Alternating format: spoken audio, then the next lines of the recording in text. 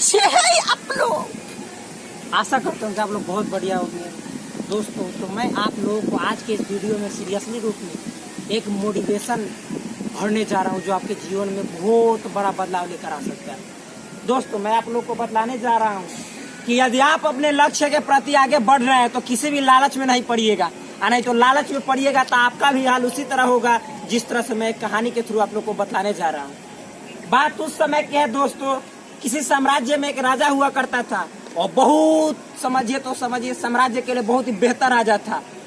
राजा के पास कोई संतान नहीं थे। दुख इस बात की है। और दोस्तों, दुख इस बात की और हो गई कि राजा धीरे धीरे बूढ़ा हो गया, बुजुर्ग हो गया।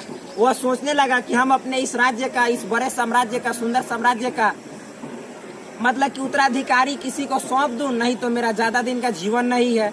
फिर मतलब कि चला जाने के बाद मेरा राज्य जो है सो तितर बितर हो जाएगा, भड़क जाएगा। दोस्तों, आप कहानी को ध्यान से सुनिएगा, ये कोई लटपटा कहानी नहीं है। इस कहानी से आपको अपने लक्ष्य के प्रति जागरूक कराने में मदद मिलेगी। तो दोस्तों सुनिए। तो राजा हमेशा टेंशन में रहने लगता है। वो अपने मंत्री को बोलता है, मंत्री सुनो। बोलता है मंत्री, जी महाराज बोलिए, क्या हाल है, क्या बात है, क्या संदेश है महाराज? राजा बोलता है, संदेश बात हाल कुछ नहीं है। हम बोल रहे हैं कि अब मैं बुजुर्ग हो चुका हूँ, मैं बूढ़ा हो चुका हूँ और मैं अपने साम्राज्य का एक अच्छा उत्तराधिकारी सौंपना चाहता हूँ किसी को। तो इसके लिए मैं अपने गुरु से सलाह लेना चाहता हूँ। तो जाओ तुम हमारे गुरु को मतलब कि बुला लाओ। बोलता है, जो आज्ञा जहाँ पाना, जो आज्ञा महाराज। जाता है, मंत्री को तो गुरु रहती अपने राजन का आज्ञा का पालन करना रहता है। वो जाता है गुरु के पास, बोलता है, रहती मंत्री बोलता है, गुरुदेव। बोलता है, बोलो क्या हुआ ऐसे मतलब कि घबरा क्यों? बड़ी संकट है गुरुदेव। क्या संकट है? तो हमारे महाराज के सर पे एक बहुत बड़ा संकट आ गया। संकट का नाम बतलाओ।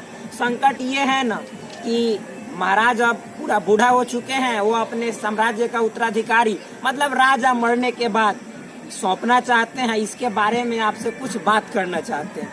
अति उत्तम बात है। गुरु कहते चलो।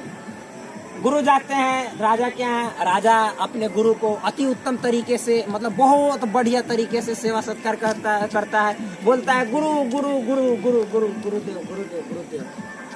मैं आपको देखकर बड़ी प्रसन्न हुआ गुरुदेव। मुझे विश्वास है कि आप मेरे तमाम संकटों का समाधान कीजिएगा और आप मेरे इस साम्राज्य को फिर से पुनरुद्धार कीजिएगा, मतलब फिर से नया साम्राज्य बनाने में आप मदद कीजिएगा। तो गुरु बोलते हैं, बोलो क्या बात है वत्स बालक, बोलो। राजा बोलते हैं, गुरु मैं सोचता हूँ, मेरी हालत आप देख रहे हैं, मैं अभी मतलब बेड पे सो रहा हूँ। कब सदा के लिए सो जाऊंगा मैं भी नहीं जानता हूँ। मैं चाहता हूँ कि अपने जीते जी अपने इस साम्राज्य के लिए एक मतलब उत्तराधिकारी किसी को बना देना चाहता हूँ अपने प्रजा में से ही, क्योंकि मेरे पास तो संतान नहीं है। गुरु बोलते हैं, अति उत्तम विचार आपका। आप तो बहुत अच्छा सोचते हैं। आप क्या कीजिए कि कल सुबह प्रजा में से मतलब कि किसी एक योग्य प्रजा को जो आपके साम्राज्य के लायक हो उसको राजा बना दीजिए। राजा जो है सो गुरु की बात मान लेता है। अब गुरु वहां से चले जाते हैं, मंत्री भी चला जाता है। राजा सोचता है, अपने माइंड में आइडिया सोचता है, क्या करे क्या न करे। डायरेक्ट उसके माइंड में आइडिया आता है। राजा बोलता है, मंत्री किधर हो, सुनो। मंत्री बोलता है, दौड़ते हुए आता है, गुरुदेव सॉरी राजन, हे जहाँपना, हे राजन, आपके चरणों में अभिनंदन। किम प्रयोजनम, क्या प्रयोजन है, क्या मतलब है आपको हमारे यहाँ बुलाने का? अरे बहुत बोल रहे हो। नहीं राजन, आपकी आज्ञा के अनुसार मैं आपके सामने हाजिर हूँ। क्या कहना चाहते हैं आप? अपने मुखर बिंद से कहिए। राजा बोलता है, मंत्री जाओ या पूरे प्रजाजन में तुम घोषणा कर दो, ऐलान कर दो कि राजा कल सुबह आप सभी में से किसी एक को अपने राज्य का उत्तराधिकारी सौंपने के लिए एक शर्त रखे हैं। जी महाराज, शर्त क्या है महाराज? शर्त बड़ी सिंपल है। जो हमारे यहाँ सूर्यास्त से पहले आएगा और सबसे पहले जो राजमहल में आएगा उसे मैं अपने राज्य का उत्तराधिकारी बनाऊंगा, अपने राज्य का राजा बनाऊंगा। और कल ही उसका राज मुकुट उसको पहनाया जाएगा, सभी लोगों के, सभी प्रजाजन के सामने। बात यहीं पे खत्म नहीं हुई। मंत्री दौड़ते हुए जाता है प्रजाजन में, कहता है प्रजाजन प्रजाजन, राजा ने आपके लिए, आप लोगों के लिए एक बहुत बड़ी खुशखबरी रखी है। सभी प्रजाजन ध्यान से सुनने लगता है। मंत्री अकेले थोड़े ही जाता है, अपने बहुत सारे साथियों के साथ जाता है और तब जाता है, घोषणा करता है, कहता है कल राजमहल में जो सबसे पहले जाएगा, सूर्यास्त से पहले जाएगा, राजा उसको अपने राज्य का उत्तराधिकारी बनाएगा। और मंत्री पहले ही कहता है, हे राजन, यदि आप ऐसा शर्त रखिएगा तो सब एकाएक आ जाएगा और सब राजा बनने के लिए कहेगा। राजा कहते हैं, दत्त तुम हमारे सामने ऐसे कहते हो, बड़ी दिमाग से सोच के बोले हैं, तुम जाओ तो सही। उस समय मंत्री कहता है, जो आज्ञा महाराज। वो गया रहता है और बोलता है सब कोई को। अब राजा दोस्तों अपने राजमहल के बाहर मेला लगाता है और मेला में ऐसा उखेला रचता है, मेला में ठेला रहता है। और आपको क्या बताए, दुख की बात यह है या सुख की बात यह कहिए, राजा राजमहल में अकेला रहता है। बात यहीं पे खत्म नहीं हुई। उस मेला में दोस्तों थिएटर, फिर दोस्तों मतलब कि शराब रहता है, फिर उसके बाद मतलब कि तरह तरह के खाने के आइटम्स रहते हैं, फिर दोस्तों आपको पता नाटक होता है, फिर उसके बाद दोस्तों फ्री में घूमने के लिए ट्रेवलिंग के साधन रहते हैं, यात्रा करने के लिए तरह तरह के पेंटिंग रहते हैं, मतलब मदिरा रहता है, फ्री में पान रहता है। क्या किया जाए, सब चीज फ्री। जनता बड़ी खुशी के साथ मतलब कि जाता है और जैसे ही वो उसका सोच रहा था कि हम राजा बनेंगे, हम राजा बनेंगे। अब मालूम नहीं कि राजा कैसा खेल रचा है। अब दोस्तों बात देखिए क्या होता है। जैसे जाता है राजमहल की और सब लोग मतलब कि जाने लगता है, बढ़ने लगता है, तो सभी लोग देखते हैं कि मुफ्त में सब चीज। अरे अपने जीवन में गधा का जन्म छुड़ा लेते हैं, झूला झूलता है, थिएटर देखता है, कोई शराब पीता है, कोई मदिरा लेता है, कोई दोस्तों मतलब कि पूरी तरह से नाटक का आनंद लेता है, कोई कहता है कि हम आज तक ये सब चीज जो है सो इतने तरह का आइटम खेबे नहीं किए। सभी उसमें मशगूल हो जाता है। राजा मन में सोचता है, अभी तक कोई नहीं आया, मामला जरूर कुछ है, मेरा साम्राज्य इसी तरह थोड़े ही चलेगा। अब दोस्तों बात, एक ऐसा युवक उस साम्राज्य में रहता है जो इन सभी लालचों से परे होकर, हटकर और अपने लक्ष्य की ओर ध्यान देता है और सोचता है कि राजा का जो आज्ञा था, मैं उस आज्ञा के अनुसार मैं सबसे पहले राजमहल में जाऊंगा। और वो लगातार राजमहल में जाता है। राजमहल में जैसे ही जाता है कि पहरेदार, 2 पहरेदार राजमहल के गेट पे खड़ा रहते हैं। बोलता है, दत्त कहाँ जा रहा है? वह किसी भी तरह से अपने आप को वो दोनों मतलब कि पहरेदार से छुड़ाता है और दौड़ते हुए राजमहल में जाके और राजा के सामने पैर के नीचे गिरता है।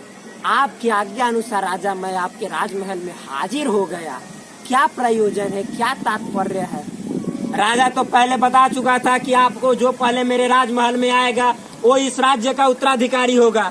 राजा कहता है, अहो भाग्य मेरा, अहो भाग्य मेरे राज्य का, आप ही ऐसा एक युवक है जो हमारे राज्य के लिए सबसे अति उत्तम है। बात देखिए दोस्तों, यहीं पे खत्म नहीं होती है। अब राजा अपने मंत्री को बुलाता, मंत्री सुन। मंत्री कहता, जी जहाँपना, जी राजन, जी महाराज, जी जी बोलिए बोलिए बोलिए बोलिए। कहता बस इतना ही? अरे बड़ी तुम घबराए हुए लगते हो। नहीं महाराज नहीं, मैं तो आपके दिमाग से रची हुई जो खेला है उसका तमाशा देख रहा था राजमहल के बाहर। राजन, मैं नहीं समझ पाया कि आप इतने लंबे समय में इतना एक्सपीरियंस कैसे सीख लिए। यही वो बंदा है, यही वो युवक है जो अपने राज्य के लिए आपके जैसा काबिल है महाराज, जो इन सभी लालचों में बिना पड़े अपने लक्ष्य की ओर ध्यान दिया है और अपने लक्ष्य को प्राप्त किया है। राजन, आप अपने धूमधाम से अपने इच्छा अनुसार इस युवक को अपने साम्राज्य का राजा घोषित कीजिए। राजा बोलते हैं, कल बहुत बड़ा आयोजन होगा और इस युवक को मैं समझिए तो इस साम्राज्य का उत्तराधिकारी सौंपूंगा। कल नहीं, उसी दिन हमने गलती बोल दिया, उसी दिन 5 मिनट के बाद सबको फिर से ऐलान किया जाता है प्रजाजन को। जो प्रजाजन मेला का खेला देख रहे हैं वो समझिए तो पूरा झमेला झेल लिए।